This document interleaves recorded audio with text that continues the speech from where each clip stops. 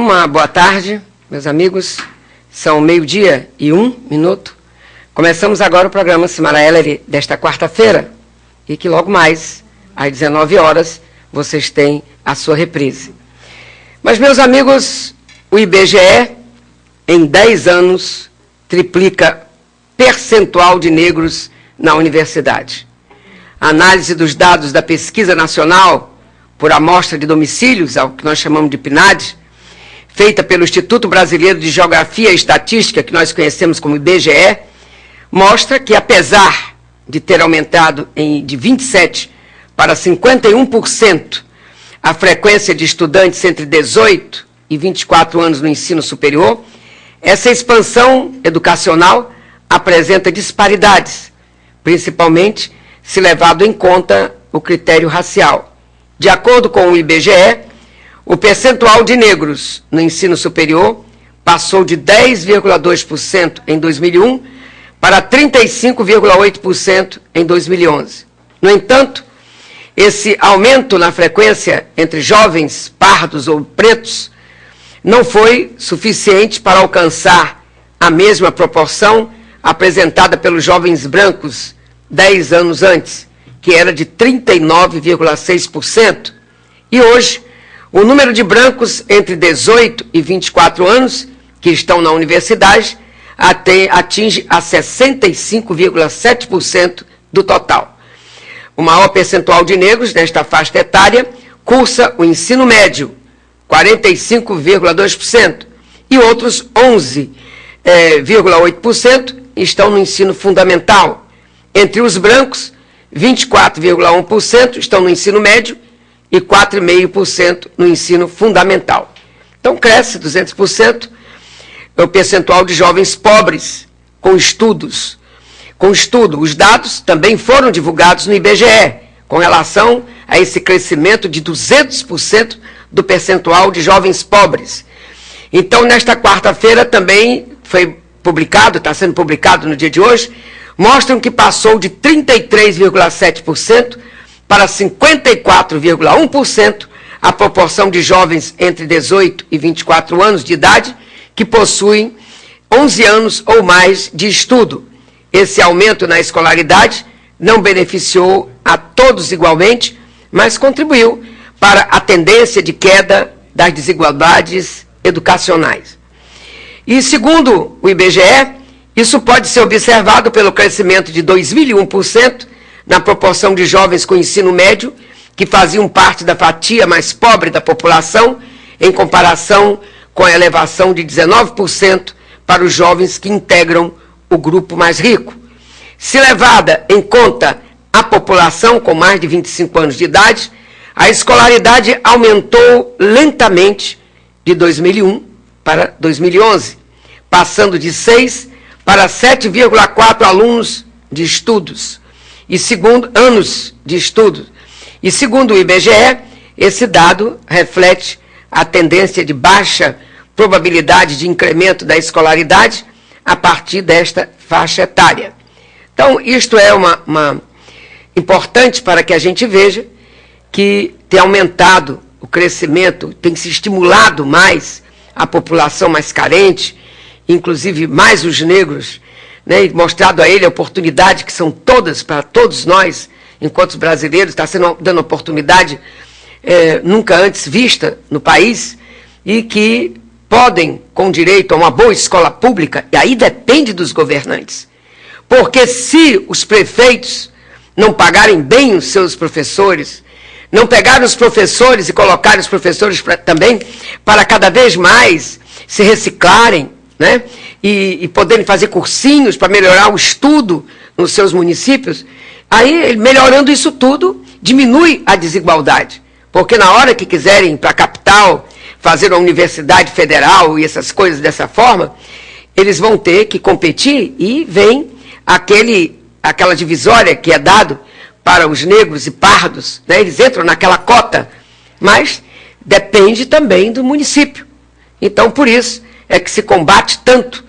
E na época das eleições, e que se tem aqueles debates, então é que se tem que exigir muito que o candidato fale muito quais são os seus projetos para a área de educação. Às vezes dizem coisas belíssimas, mas, infelizmente, eles não vão adiante e não fazem nada daquilo que tem que ser feito. Então, é assim que nós vemos e é assim que nós temos que investir naquelas pessoas que, evidentemente, se envolvem com a educação. O escândalo continua e cada vez nós vamos sabendo mais e mais com relação à Operação Porto Seguro. O Palácio do Planalto teme que negócios na ilha Barnabé, no Porto de Santos, estimados em R$1 bilhão, alguns dizem que são R$2 bilhões, apareçam, portanto, entre as atividades de Rosemary Noronha, ela, ex-chefe de gabinete da Presidência da República, amiga íntima do presidente Lula, em São Paulo. Então, a ilha Barnabé fica ali em São Paulo, perto ali do Porto de Santos. Então, eles estão temendo que apareçam um envolvimento, um negócio que tem a ver aí com essa ilha de Barnabé. E o governo suspeita que o nome do ex-presidente Lula tenha sido usado pela Rose, a querida Rose, para beneficiar grupos interessados nos negócios. Se eu perguntar a você o que é Ilha Barnabé, na Ilha Barnabé está o maior terminal do mundo para exportação de produtos químicos, especialmente etanol. E é aí que está o foco de todo o problema. Um ministro ligado a Dilma segredou ontem, preocupado, dizendo: o problema é Ilha Barnabé, porque para este ministro a bomba pode explodir no colo do presidente Lula. Por quê? Porque pessoas ligadas a essa Rosemary, que é a grande amiguinha do presidente Lula, eles agiam ali com os trabalhos no meio daqueles empresários. Era no gabinete daquela casa, escritório, portanto, extensão do gabinete da Presidência da República em São Paulo, criado por Lula, que a Rosemary chefiava. E ali ficava cheio de empresários que vinham tratar de entendimentos, e para cada coisa resolvido tinha um preço. E o negócio fica complicado. Dilma está tão aborrecida que mandou fechar o gabinete da Presidência da República em São Paulo. Lá, a piada que sai em São Paulo, que é uma piada até tanto quanto pesada, mas eu vou dizer porque é coisa de segundas intenções, que além de mandar fechar, será que a Dilma também mandou tirar o sofá da sala do escritório da Presidência da República em São Paulo? Alusão ao quê? Que ali o presidente Lula teria os encontros dele com a toda poderosa Rose. Como Rosemary Noronha foi exonerada a pedido e não demitida, e o Lula pediu para Dilma que colocasse como se, em vez dela ter sido posta para fora, pedido cargo, posta para fora, afastada, que ela pedisse para ser afastada, partisse dela, da Rosemary, a sair do pedido para deixar aquele posto. Então, conforme prometeram o Palácio do Planalto, ela foi exonerada a pedido. Então ela poderá voltar a ocupar cargo público a qualquer momento. Quando a poeira baixar, por exemplo, e se Lula ordenar, ela poderá pegar um outro cargo público. Não mais ali, em qualquer outro canto que a gente talvez nem saiba onde vai ser. Rio, São Paulo, ou mais dizendo, no norte, no sul, no leste, no oeste, no centro-oeste do país. Ela pode ter um cargo. Se fosse posta para fora, não poderia mais. Então o ex-presidente Lula, ele precisa explicar por que Rose, sua influente, insinuante, ex-chefe de gabinete, ganhou passaporte passaporte diplomático, ganhou cartão corporativo e o acompanhou em 30 viagens internacionais a 23 países. E mais, nas viagens com Lula ao exterior, naquele avião bacana, o Air Force, que apelidavam de Air Force, em vez de ser Força Aérea número 1, porque o avião do presidente dos Estados Unidos é o Air Force One, é o número 1, é o avião número 1 da Força Armada. Aqui brincavam dizendo que era o 51. Pois bem, por causa da cachaça, 51.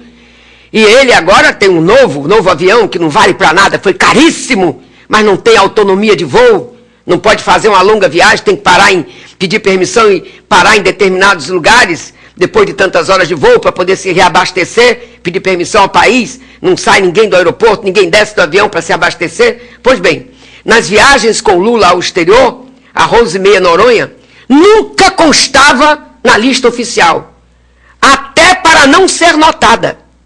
Se ela foi a 30 viagens, ou mais de 30 viagens com Lula, ela subia no avião, ali no meio daquela confusão, ou chegava bem antes e tal, mas o nome dela não constava na lista dos passageiros que estavam acompanhando o presidente Lula.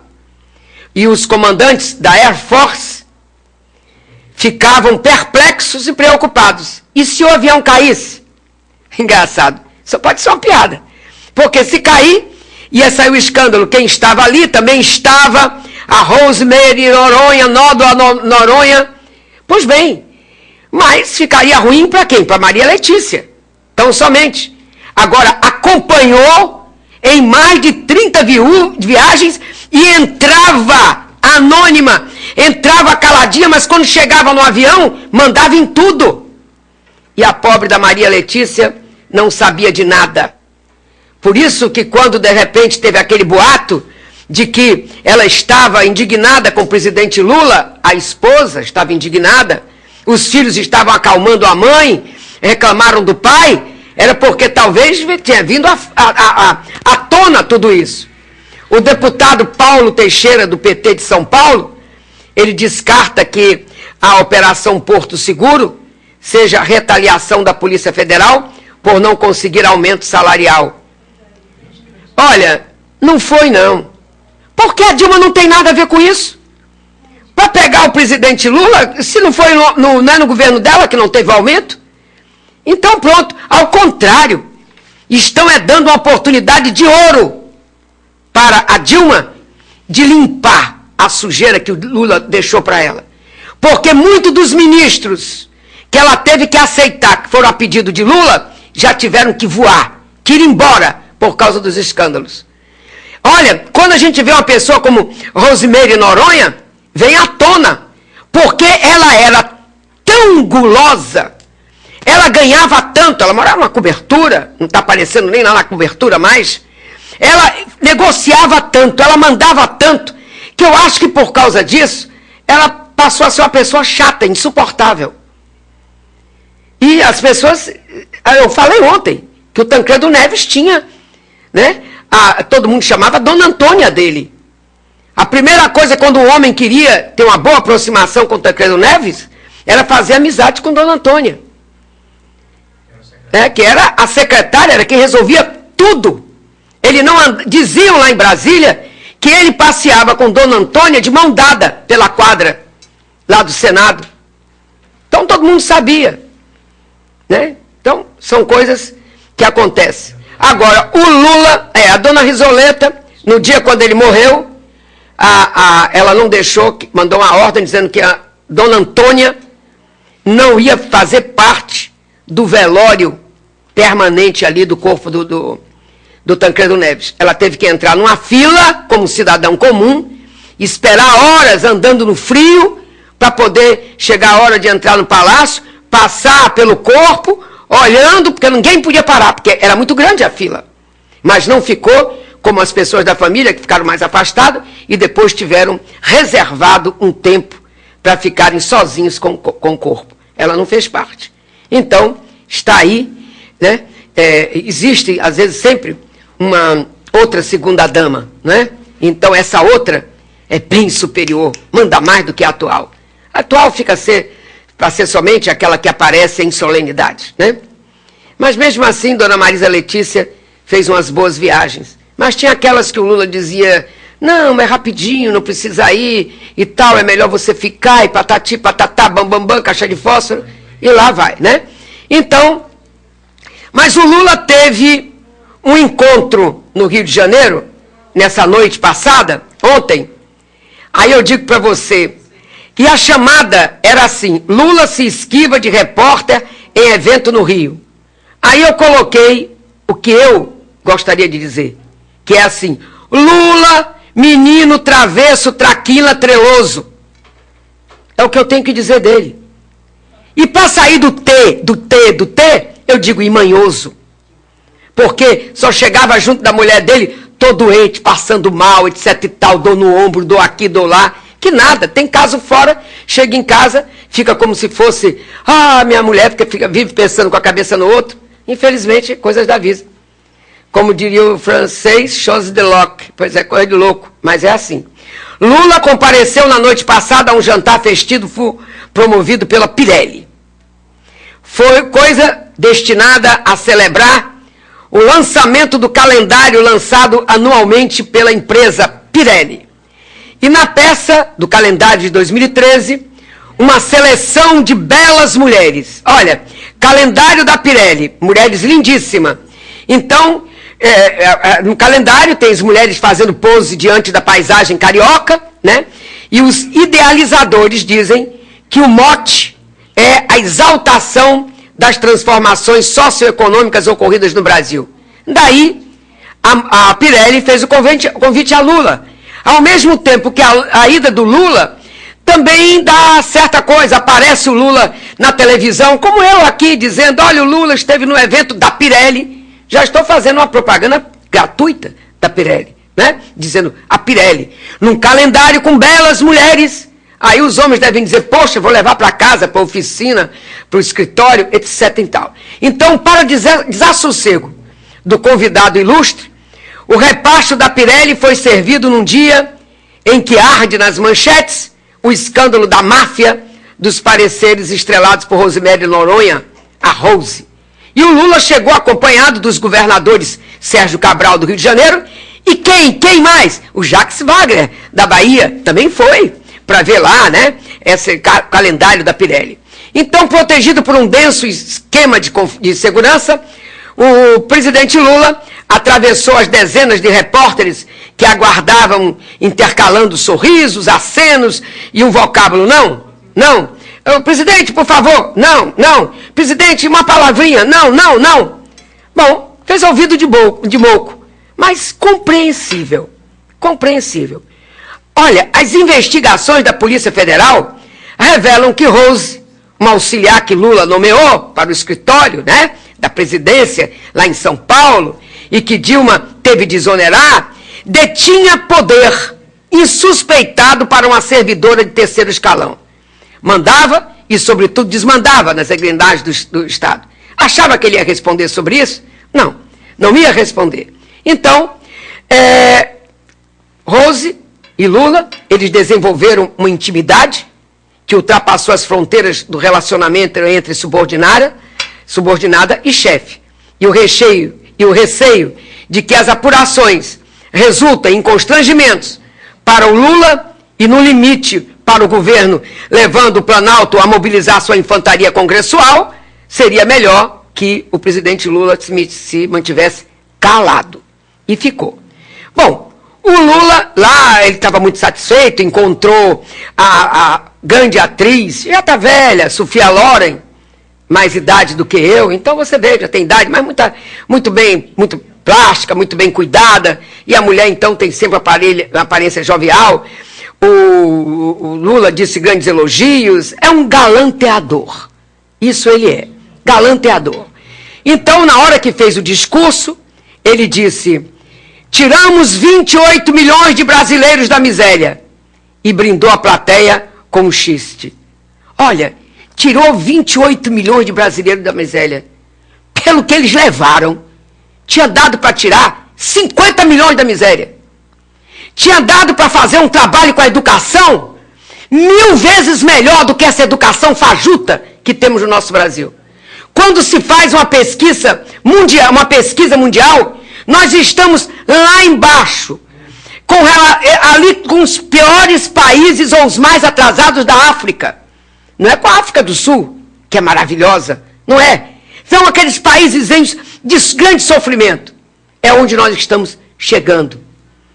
Se falarmos em saúde, hoje, o Bom Dia Brasil, e eu fiquei calada, prestando atenção, uma mocinha de 17 anos, uma menina de 17 anos, para dar à luz uma criança, passou mais de um dia sendo jogada de um hospital para o outro, hospital para o outro, Feira de Santana, ia não sei para onde, voltava para onde, uma enfermeira acompanhando, e a menina, ai, ai, ai, ui, ui, ui, bote um maldito de um governador deste, um maldito de um secretário da saúde deste, um maldito de um presidente da república, mas triste, porque eu fiquei mais, porque me veio um outro nome na cabeça, e eu não quis dizer, porque ainda tenho um respeito pela posição do presidente da república, que diz, se eu pudesse, eu teria ido para o SUS. Vá, camarada, para o SUS. Vá tratar do seu câncer no SUS, já terias morrido. Agora vem com uma brincadeira dessa. E a menina de dor, desesperada. A criança nasceu, uma menina. Diz que linda a menina. Graças a Deus. Que sofrimento. De repente, não mais do que de repente, como diria o poeta, né? Vinícius de Moraes, ela foi aceita no hospital, que já tinha dito não sei quantas vezes que não tinha vaga, e aí pôde ter a sua criança estourado bolsa e tudo mais. Olha, a dor do parto é terrível. Eu tenho 5 filhos, todos os meus 5 foram de partos normais. Todos. A primeira filha, que eu pensava que eu quis passar meu primeiro ano de casada junto do meu marido, morava no interior. Meu sogro veio me buscar para eu ir ter criança em Fortaleza, e Humberto construía estrada no Rio Grande do Norte, era oficial do Exército, da arma de engenharia, e eu, então, disse, general, me deixe ficar aqui que eu quero passar meu primeiro aniversáriozinho de casada junto do meu marido. Meu sogro foi embora, e eu, na outra semana, eu fiz 1 ano de casada, e logo, semana seguinte, 5 dias depois, a minha filha nasceu, e eu não tinha nada, nem uma farmacinha na cidadezinha que eu morava tinha. A maternidade mais próxima era na capital, em Natal, que ficava 3 horas. Se eu fosse para Angicos, não me daria talvez muito mais segurança. Aí, conclusão, graças a Deus, um capitão que tinha estado por ali para ver os soldados da cidade vizinha, tinha ido conversar, tinha passado por ali, conversado conosco, tinha ido ver o padre, que estava construindo uma maternidade de taipa, coberto com palhas em cima, era esteira, com esteira, a esteira e a telha em cima, a casa de taipa. E ele querendo fazer dali uma maternidade. Pois bem, quando Humberto chegou e disse assim, saí de casa vendo minha mulher, a Simara, sentindo alguma coisa, um problema e reclamando alguma coisa, ele disse, será que ela entrou em trabalho de parto? Ele era um radiologista. Ele não era um médico, ele não era um ginecologista, ele não era um obstetra, entendeu? Mas aí ele pegou, era 1h30 de viagem, porque o Humberto estava fazendo um corte que hoje você leva de Caiçara do Rio do Vento a Lages, 15 minutos, mas antigamente você rodava a serra. Quando chegou lá, minha bolsa tinha estourado. Ele disse, não dá para ir para Natal. Mas eu estive com o padre Vicente, e eu vi que ele tem lá umas ferramentas, e dá para eu fazer o seu parto lá. E eu fui caladinha, eu não entendia nada, eu tinha 19, tinha acabado de fazer, eu tinha 20 anos, acabado de fazer 20 anos. Tinha um mês que eu tinha feito 20 anos. Cheguei lá, e só ouvi ele dizendo, por que eu trouxe essa menina para cá, a pressão dela está altíssima. Tudo era, a parede era de taipa. Eu vi o que ele dizia e as coisas fervendo. E aí eu tive que fazer um parto a frio. Foi o meu primeiro parto. Então eu sei o que é uma dor do parto. Mas graças a Deus Estava um médico do meu lado, mas pouca coisa ele podia fazer. Não existia uma anestesia. Por isso é que eu digo para vocês que eu sou uma brasileira autêntica. Tudo isso pelo Brasil. Nunca me queixei para a comandante do meu marido pedindo para ir para a sede do batalhão. Era onde estava, era ali do lado do meu marido. Se ele é um político, eu sou política. Porque eu tenho que ter um diálogo com ele. Se ele é um construtor, eu entro dentro da obra e acabo entendendo de tudo aquilo que ele faz. Eu procuro um diálogo com ele. E é a nossa vida. Agora, quando eu vejo esse caso do Lula, que eu imagino a Marisa Letícia, a mulher dele, passando por todos os problemas que passaram quando ele falava por causa da Revolução de 64, e que eu hoje digo, eles queriam a Revolução de 64, queriam pegar para eles. Para eles. Enquanto que o Exército estava querendo um Brasil dos brasileiros. Se alguém quiser botar para fora a Dilma, o Exército não permite, porque ela está ali para garantir o que é assegurado a ela. Por isso é que eu respeito as Forças Armadas e as Forças Auxiliares. Exército, Marinha, Aeronáutica e as polícias, por isso é que eu respeito. Se tiver um PM que seja um traidor da tropa, envolvido com drogas, que vá para a cadeia, porque é um traidor da tropa, dos outros também, que estão morrendo por nós. E é assim que eu penso. Então, eu estou aí indignado com isso, e gente, e foi dinheiro muito. Dinheiro da saúde, da educação, da segurança. Você não tem segurança nenhuma. Pois bem, meus amigos, para pular tudo isso, nós temos aqui uma notícia de um carro ontem, ao fim da tarde, que foi arrastado por um trem aqui, perto ali naquela passagem de nível dos 46. Onde tinha ali o comitê de Ademar. Um senhor de 61 anos. Mas, Tamara, nós conseguimos, não é, Tamara, fotos do que aconteceu. Vamos lá. Por volta das 5 horas da tarde desta terça-feira, 27, um veículo Citroën C3 colidiu com um trem de carga em um cruzamento na Avenida Eixo Urbano. O trânsito nas proximidades ficou lento, causando engarrafamento de veículos que seguiam sentido rodoviária. O carro de passeio com licença de Salvador teve sua lateral direita destruída. Ele era conduzido por Paulo Roberto dos Santos, de 63 anos, morador da capital baiana, que tentou ultrapassar a linha férrea sentido Avenida da Integração, após a abertura da sinaleira que ordena o trânsito no local. O problema é que o motorista não se atentou ao som que indica a passagem do trem e provocou o acidente. Apesar do susto, ninguém ficou ferido. A mulher que estava no carona do veículo, Márcia Ferreira dos Santos, de 46 anos, apenas apresentava dores nos membros superiores. Me esqueci de falar agora. Olha, vocês estão vendo como é que são as coisas? Não prestou atenção. Agora, por quê? Porque estava focado em algum problema pessoal. Veio conversando, não viu, passagem de nível. Assim, a gente quando passa num sinaleiro, o sinal está aberto para você, mas de repente o outro passou no vermelho. Então, tá aí. Podia uma família hoje estar enlutada em cima do Natal, e a gente triste aqui, constrangido, porque seria uma morte infeliz essa, né? Morte triste essa. Mas, meus amigos, nós temos um sorteio de uma casadinha, para o show do Cangaia de Jegue. É o forró universitário. Será nesta sexta-feira, às 10 horas da noite, na Casa Branca. Quem telefonar, leva uma casadinha, tá certo? Então, sorteio de uma casadinha para o show do Cangaia de Jegue, nesta sexta-feira, na Casa Branca. 3040-2700. 3040-2700. Este é o telefone nosso, aqui do programa Simara Ellery. Então, vocês podem ligar, 3040-2700, que quem telefonar leva a casadinha. Vamos ver também o apelo de um morador de Camaçari. O que se pode ajudar? Vamos ver.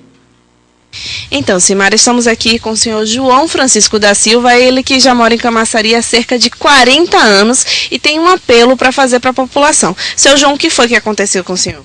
Queimaram meu barraco com tudo meu que estava dentro. Eu trabalhando com gado como estou, quando eu cheguei em casa não tinha nada. E nesse incêndio o senhor perdeu todos os seus documentos? Tudo que eu tinha. Tudo que eu tinha. E não fiquei com nada. Só com a roupa do corpo, Só né? com a roupa que eu estava vestido como estou aqui. Entendi. Qual é o apelo que o senhor quer fazer para a população? No caso, seria um novo barraco, uma nova casa ou os documentos? O que seria? Se vocês puderem fazer uma força por mim, vocês fazem, que eu sou da batalha, eu não tenho condições. E fiquei mal de situação, sem documento. Entendi. E desde desse incêndio, como é que o senhor conseguiu restabilizar a vida do senhor? Não sou aposentado e tenho idade, já passou da idade, mas não tenho um documento para encaminhar. Entendi. No caso, a emissão da segunda via desses documentos já resolveria. E tem como resolver aqui em Camaçari? Aqui não, senhora, só do Pernambuco. Belém de São Francisco. Então teria que ir em Pernambuco buscar certidão, né? Se a senhora fazer recomendação por o cartório daqui, vem. Que já veio uma vez para mim, uma vez que foi roubado quando eu tinha um barraco na rodoviária. Aí eu fiz o pedido com a dona Mãezinha. Ela mandou fazer, demorou 30 dias, mas veio. Entendeu? Veio, aí eu tirei todos os documentos, foi queimado aqui. Entendi. Então, obrigada, seu João, pelas informações. Então é isso, fica esse apelo, porque se ele conseguir a segunda via desses documentos, já consegue encaminhar um pedido de aposentadoria. Então fica esse apelo para a população camaçariense. É com você, Simara. Olha, ele tem que se dirigir à prefeitura e lá o pessoal da prefeitura ajudar, porque ele tem que ter ajuda de alguém. Como é que ele está vivendo, como é que está morando, como é que está comendo, né? Conselho tutelar, a secretaria, as sedes também, pode ir lá nas sedes, por que não? Né? Não sei se tem sede, não sei como seria o serviço social, né? Deve ter serviço social. Agora, esses prefeitos que tem agora, falta um trabalho social, viu? Falta um trabalho social para estar mais junto da comunidade. Viu? Está aí um senhor de idade, gente. Precisa viajar. Vamos ver como se pode ajudar, como a prefeitura também pode resolver esse problema. Um telefonema, boa tarde. Boa tarde. Oi, não, estou falando com quem? Com a Alice. Alice, dona Alice, pois é. Tudo bem? Tudo bem, dona Alice, seu país da maravilha, tá bom, dona Alice? Com certeza. Pois, tudo bem. Ô, dona Alice, a senhora mora onde? Eu moro aqui na Rua Nova de Vilé, número 97, praticamente a sua vizinha. Ah, pois é. Olha, um abração, chegou aí, meu abraço? Chegou, estou abraçando também. Tá bom. A senhora ligou por causa da casadinha do show da Cangai? Exatamente. Muito bem, bom forró pra senhora, viu? Obrigado. É porque, dona Alice, a festa vão somente para 500 pessoas, quer dizer, não vai ter aquela bagunçada toda, e o ingresso, cada ingresso, R$30, então a senhora vai levando dois, né, porque vai uma casadinha, e que a senhora se divirta, seja muito feliz. Muito obrigada. E depois, se puder ligar dizendo se valeu a festa, fico muito feliz. Ah, ligo sim, senhora. Tá bom. Um abraço. Um grande abraço, Deus abençoe você e sua família. Amém. Tchau, tchau. Muito bom. Olha aí. Muito bem, minhas amigas da Bomba. Eu não conheço, mas qualquer dia ela deu até o número, tudo. Passar para dar uma olhadinha. Olha, meus amigos, deputados federais, aliados e opositores do governador Wagner, travaram uma disputa na noite desta terça-feira, em reunião da bancada baiana na Câmara, para definir uma lista de 15 emendas parlamentares a serem apresentadas com o objetivo de garantir recursos no orçamento de 2013. O embate aconteceu em torno de uma emenda que assegurava verbas voltadas para a infraestrutura turística de Salvador, enquanto boa parte da base aliada de Wagner defendeu que o dinheiro fosse destinado também para a região metropolitana de Salvador. Os deputados das legendas opositoras ao petista argumentaram que os recursos deveriam ser exclusivamente para a capital baiana. E após disputa por meio de voto secreto, venceu o lado dos apoiadores do prefeito eleito ACM Neto, entre eles os deputados Antônio Baçaí, PSDB, Lúcio Vieira Lima, PMDB, e Cláudio Cajado, do DEM. E disse mais, o Lúcio Vieira Lima, que é presidente do PMDB, deputado federal, irmão de Gedel Vieira Lima, Ele disse que defendeu que fosse específica para a cidade de Salvador, primeiro por causa do estado em que a capital da Bahia se encontra, e depois porque estamos às vésperas da Copa do Mundo. É uma oportunidade que temos de fazer propaganda da indústria turística para que, passada a Copa, o turismo saia fortalecido. Gostei. A ideia é essa. Se a gente fizer um Salvador bonita, as pessoas vêm para a nossa capital e, chegando aqui na capital, vão ficar encantados e vão fazer propaganda boca a boca quando saírem daqui nos lugares de onde vieram. Então é a porta de entrada do Estado. Então, valeu. E a oposição quis usar esse discurso de que venceram, de que ganharam no terceiro turno, mas ele disse que não vê desta maneira. Muitos deputados da base do governo Wagner votaram para que a emenda de Salvador passasse. E teria Lúcio, Márcio Marinho, Antônio Brito, né? Por isso que passou. Eles só tinham 7 votos, por isso que perderam. Pois é, valeu a pena, né? Olha, menina, tem tanto empresário quebrado, tá difícil. No final de campanha, nós estivemos conversando com alguns empresários em Salvador, e aqui também de Camaçari, e Feira de Santana, eles estavam numa situação difícil. Empresários, eles estavam inventando viagens, inclusive, não queriam se meter na oposição, ou se meter em campanha política, porque se a gente dá um dinheiro para uma campanha política, aí de repente se dá para uma pessoa que depois venha a ser, ter atitudes nocivas ao país, né? Como tráfico de influência, como desvio de dinheiro, vão dizer, era ligado ao empresário tal.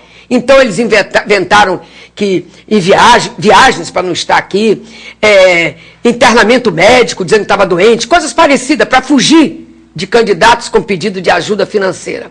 Pois bem, ao que parece, a tática deu certo, pois no fim da campanha, a quebradeira agora, meus amigos, é total. Fornecedores e prestadores de serviço estão em desespero, a todos os níveis, desde quem forneceu dinheiro para candidatos a vereador no interior, até a chapa majoritária na capital. Grandes empreiteiros estão desesperados, pois a cobrança é muito grande e não há obras que justifiquem. Então eles deram o dinheiro, os que perderam não vão ter como restituir nada para o pobre do empreiteiro. O empreiteiro chega no momento que diz assim, se eu não der, eu não vou conseguir pegar uma obra naquela prefeitura, é melhor eu dar alguma coisa, porque o camarada vai ganhar, está muito bem e tal, deu o dinheiro, e aí não tem como. E vale ressaltar que há quem ficou sem receber dos 2 pleitos anteriores, o de 2010 para governador e as eleições municipais de 2008. Tá brabo, hein? Tá brabo. Olha, os grandes empresários, grandes empresas de construção, saem bem, porque tem obras imensas por esse país afora, tem obras no estrangeiro, então se equilibram. Agora, o grande, por exemplo, você tem Norberto Odebrecht. Norberto Odebrecht pega uma obra imensa, aí ficam terceirizando aquela obra. Então o pobre do empresário que está trabalhando com eles é que vão ficar apertados, porque a Norberto Odebrecht também não vai fazer o pagamento antes da época. Ao contrário, quando vai chegando perto de fim de ano, Odebrecht, OAS, essas grandes assim, vai logo dizendo assim, olha, dinheiro só depois do carnaval. E se o cara não tiver capital de giro? Girou. Pois é. Delegado de Piauí sofre sequestro relâmpago.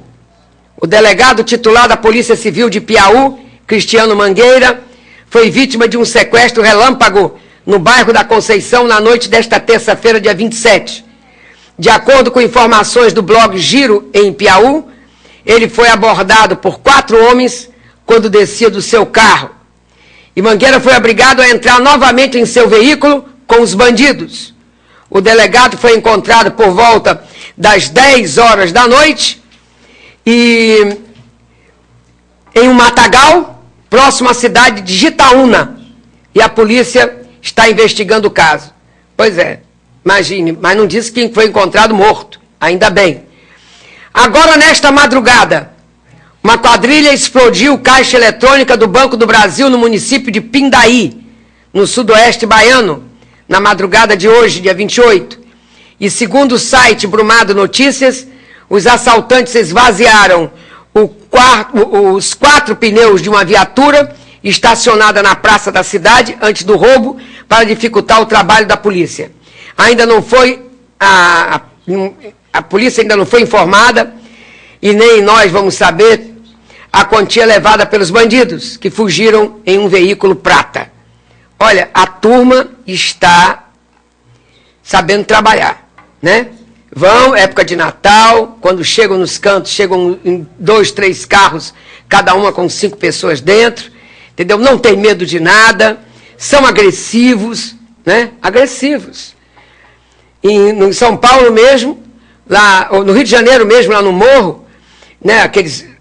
A polícia, a PM, que fica lá dando aquela proteção, um policial levou um tiro, foi pelas costas, só que foi protegido pelo colete que ele estava.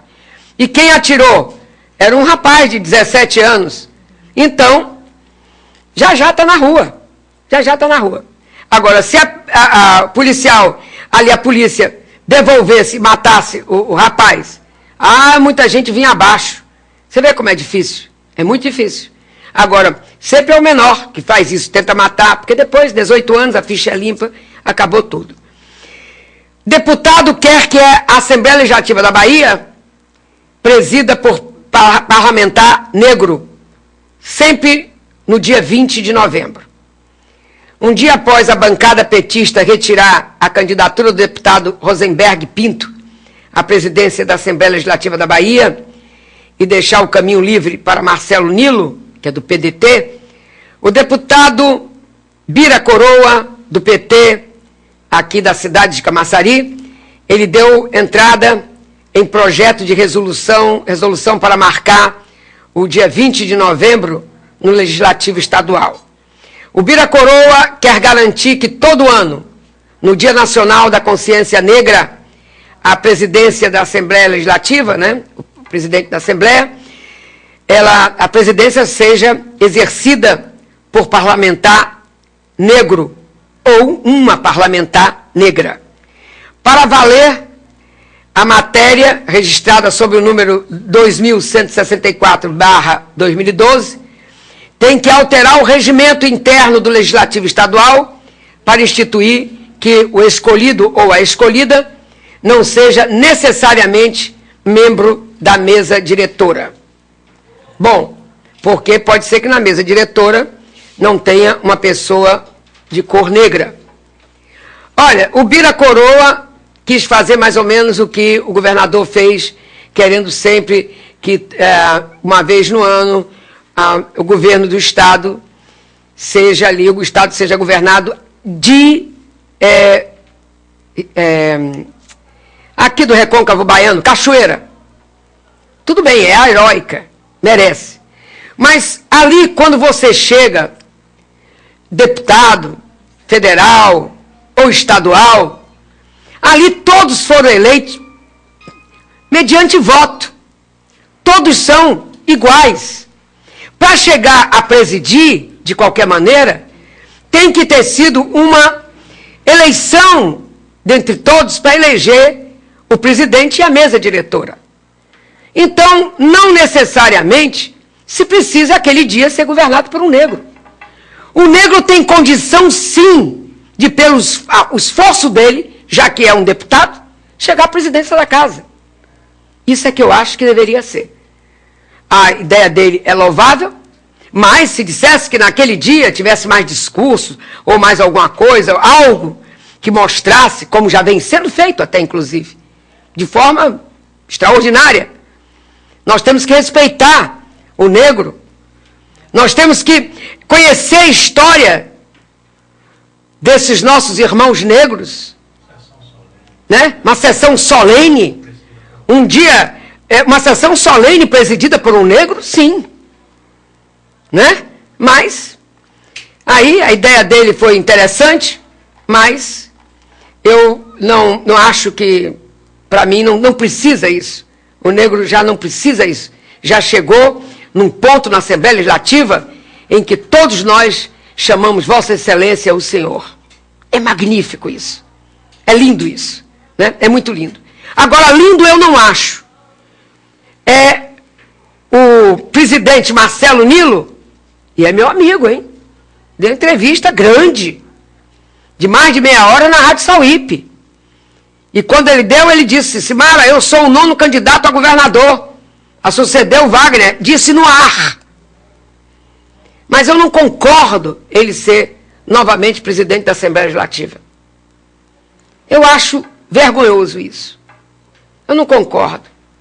Tem coisas que vieram, né, a partir desse governo petista, que eu não concordo.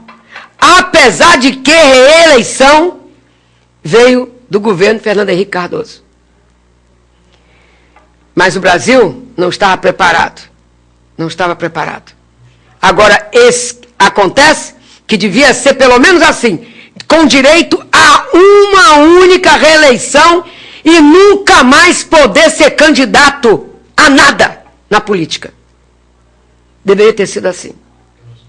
Como nos Estados Unidos assim é, e os americanos estão certos. Bom, são 1h47, a pessoa que veio a ser entrevistada, hein? 12h47, né? Nós tínhamos aqui um entrevistado que ligou dizendo que ainda estava perto ali do pedágio, mas eu não sei se teve algum engarrafamento ou alguma coisa, que talvez já tivesse dado para poder chegar, mas ligou dizendo que estaria, e seria a entrevista com Francisco Irmão, que é um irmão, rapaz bom, gostaríamos até de estar com ele, entendeu, aqui entrevistando. Mas vamos em frente, e eu quero dizer para vocês que, meus amigos, que esse problema que nós estamos vendo agora, o último escândalo, já começou a trazer senador para o meio, ou ex-senador para o meio.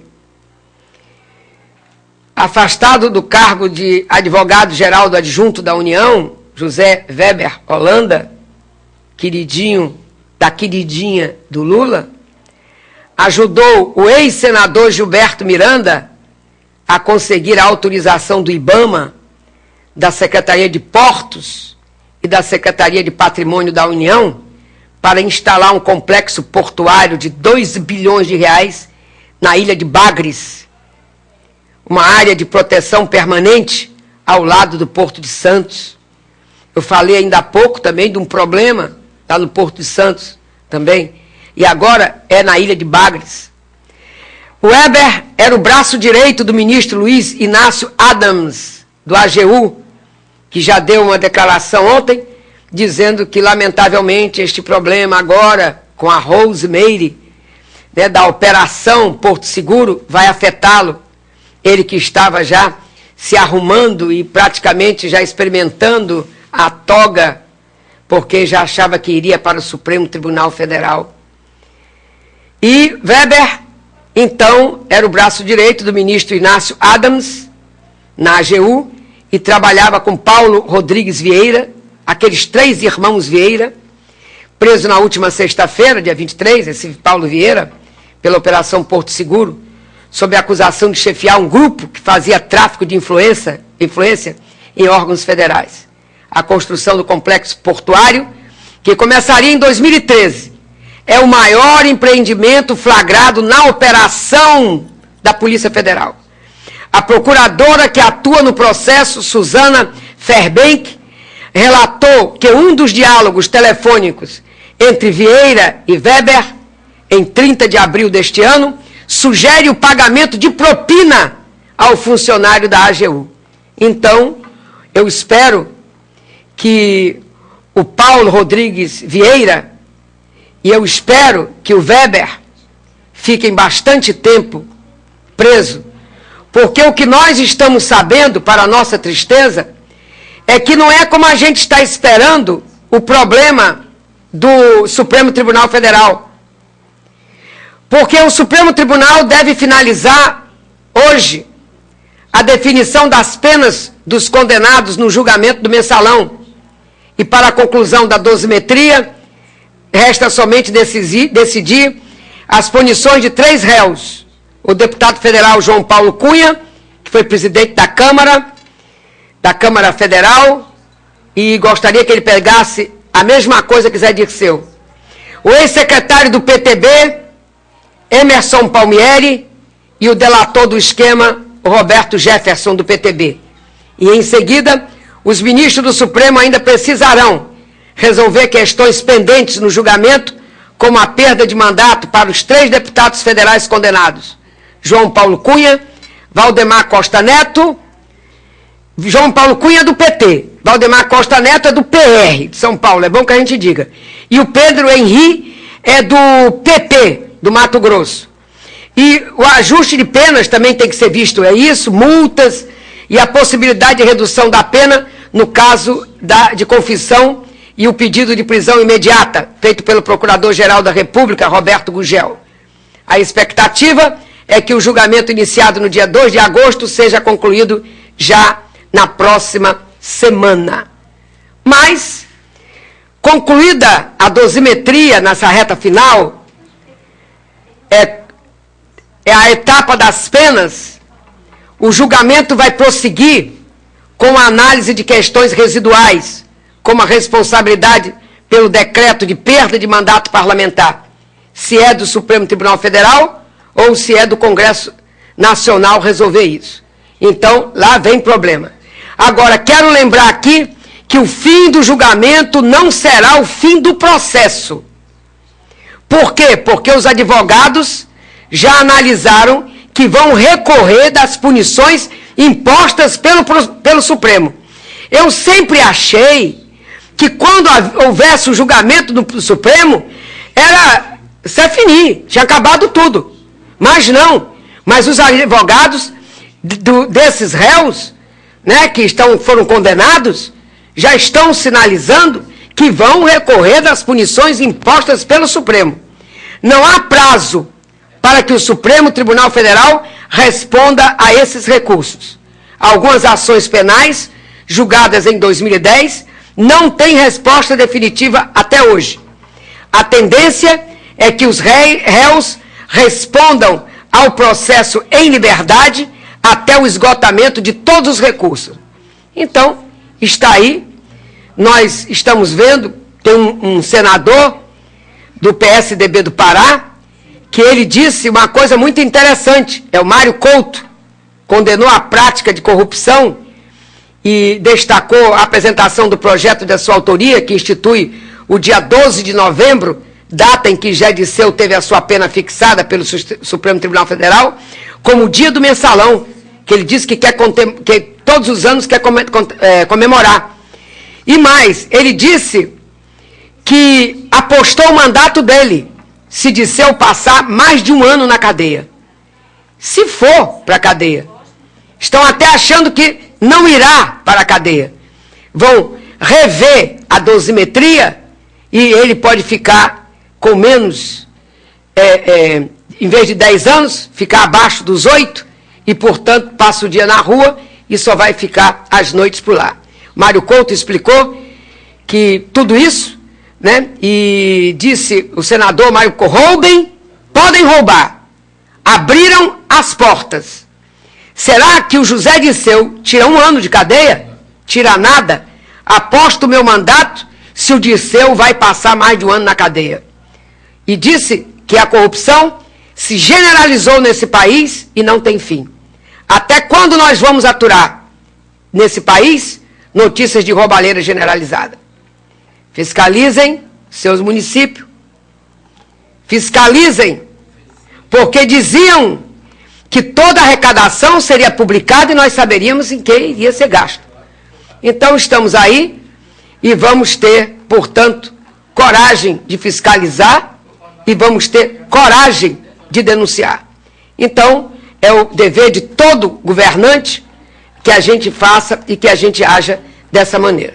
Então não tem porque aqui em Camaçari a gente ficar à espera e vendo o que vai acontecer e ter medo. Não tenham medo de nada. Porque à medida em que vocês denunciam, vocês estão ajudando o prefeito. Porque se o prefeito for uma pessoa direita, ele vai fazer como Dilma. Venha cá, peça para sair ou eu lhe boto para fora. Tem que ser assim. Olha o dedinho da Dilma apontando.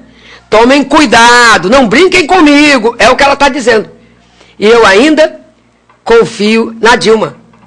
E cada vez mais eu me decepciono com o nosso presidente. Que moral tem o Lula, pode ter o Lula com os seus piloto, copiloto, atendente de bordo, com aqueles empresários que iam no voo, com aqueles deputados, senadores que iam no voo, porque todos viram que tinha uma mulher ali a mais e que estava de uma forma diferente. Entendeu? E isso não é o presidente da República que nós queremos. Aí passava uma manteiguinha no focinho do gato e o povo ficava todo feliz só porque botou a linguinha para fora e lambeu um pouquinho daquela manteiga. E você que tem a cesta básica, não era para ser só uma cesta básica assim, porque o dinheiro foi todo embora para o cofre deles. Eu queria aqui que a gente conseguisse, se conseguisse pegar o rastro para saber aonde está esse dinheiro escondido. Aonde será? Aonde será? E mais, tem um petista histórico que tem uma música que dizia assim, o que será que será? E que termina que dizia que nunca teve governo, nem nunca terá.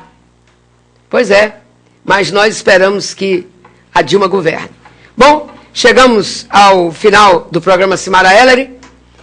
Desejamos para vocês uma boa noite, um fim de tarde tranquilo. E você que assiste o programa no horário da noite, podem ficar atentos à nossa programação. Nós estaremos sempre junto com vocês. E sempre nós estamos aqui verificando e acompanhando. Mandem notícias para nós. Nós aqui colocaremos a sua notícia. Abriremos os microfones para vocês. E se você, como teve um grupo aqui que disse que a polícia chegou, incendiou casas, pessoas perderam muita coisa, tiveram num programa de rádio de manhã, o pessoal da rádio veio aqui, pediu para a gente dar notícia, mas eu não tive mais informações. Se a comunidade quiser vir aqui, venha. E depois a gente chama o coronel, que ele, com toda a gentileza, porque é uma pessoa gentil, também verá nos prestar esclarecimento à comunidade. Ele quer viver, o comandante da polícia, de forma harmônica com todos nós. Até amanhã, se Deus quiser.